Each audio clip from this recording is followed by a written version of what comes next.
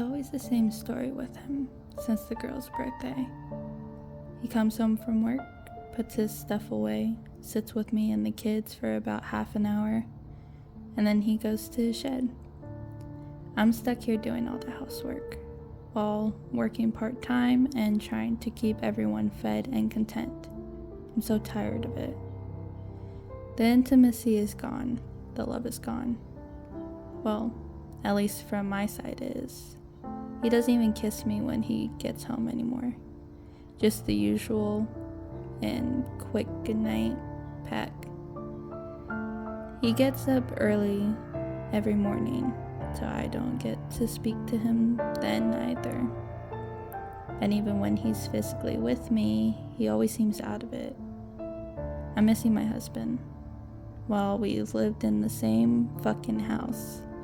This is insanity.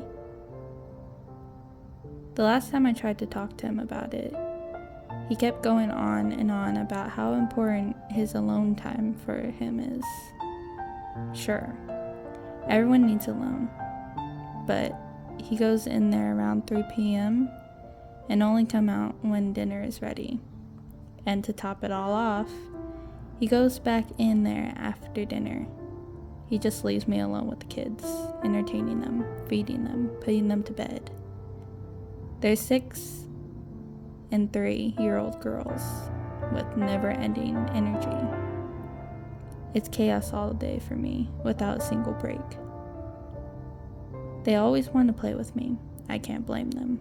Kids want attention from their parents, and I expected him to be a little more involved since he knew we were having triplets as soon as I did. But because Daddy isn't interested in them, they come to me. That's okay. I just wish they would ever want to do something other than playing doctor. It's always the same. I'm the patient. My daughter Ariel is the doctor. The other two, Aiden and Gabriella, are the nurses. I have to lay down on the table and some part of my body has to be amputated.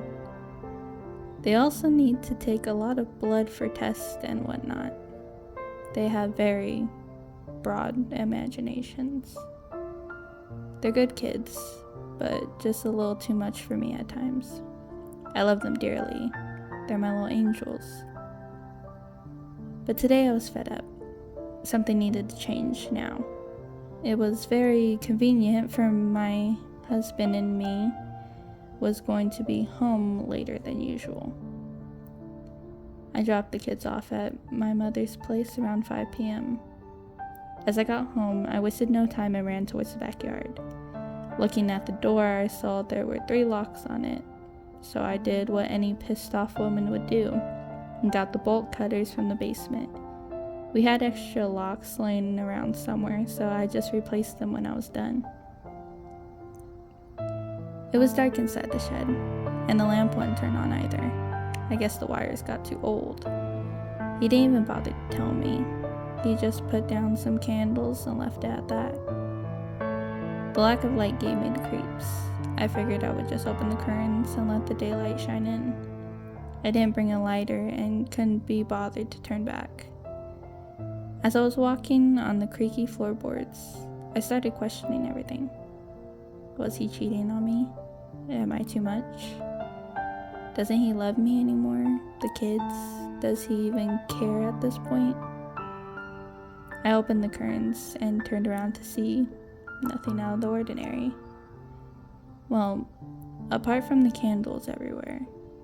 Then I started pulling drawers of my late father's workbenches open.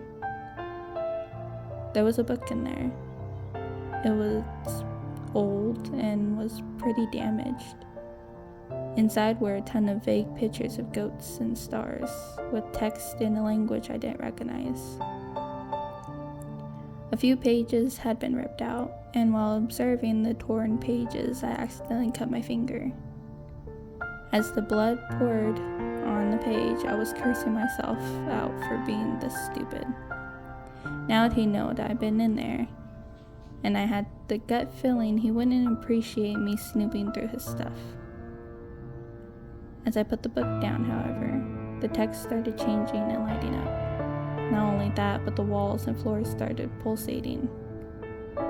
There was this dark red hue, and it seemed to move around slowly. As I backed away from the wall, the pages of the book started turning rapidly. There was no wind in here. I wasn't touching the book. As I was trying to process this, I realized I needed to get the fuck out of here. I bolted for the door, but it slammed shut in my face. I screamed for help, banging on the door, and tried to force it open when, out of the corner of my eye, I saw something. The candles had turned on. Not all of them, just the 6 which were standing on the workbench. The book's pages had stopped flipping so furiously, and as I slowly moved towards it, I saw the text glow in a sparkling gold. The 6th of June. At directly 6 hours past noon, the offering shall be complete. If not, thou shalt lose everything they pass. Everything they possess, even thy soul. My mind started racing, and that's when I heard him behind me. I didn't even hear him come into the shed. But all I knew was that I needed to get the hell out of here. It's not what you think, he said. Well, what is it then, Levi? I believe I owe it to you to tell you my name at least. I've always used the nickname in day-to-day life, since everyone would be on to me in a second if they knew. I stood in front of the workbench as he spoke to me, looking at me with these dark eyes I had never seen on him before. My name is not Levi. I am Leviathan. And today, after all these years, will be the day I finally get back to God for taking away my body. I couldn't quite comprehend what he was telling me, and honestly would have thought he was out of his mind if it weren't for the colors or the shifting walls and the book turning its own pages.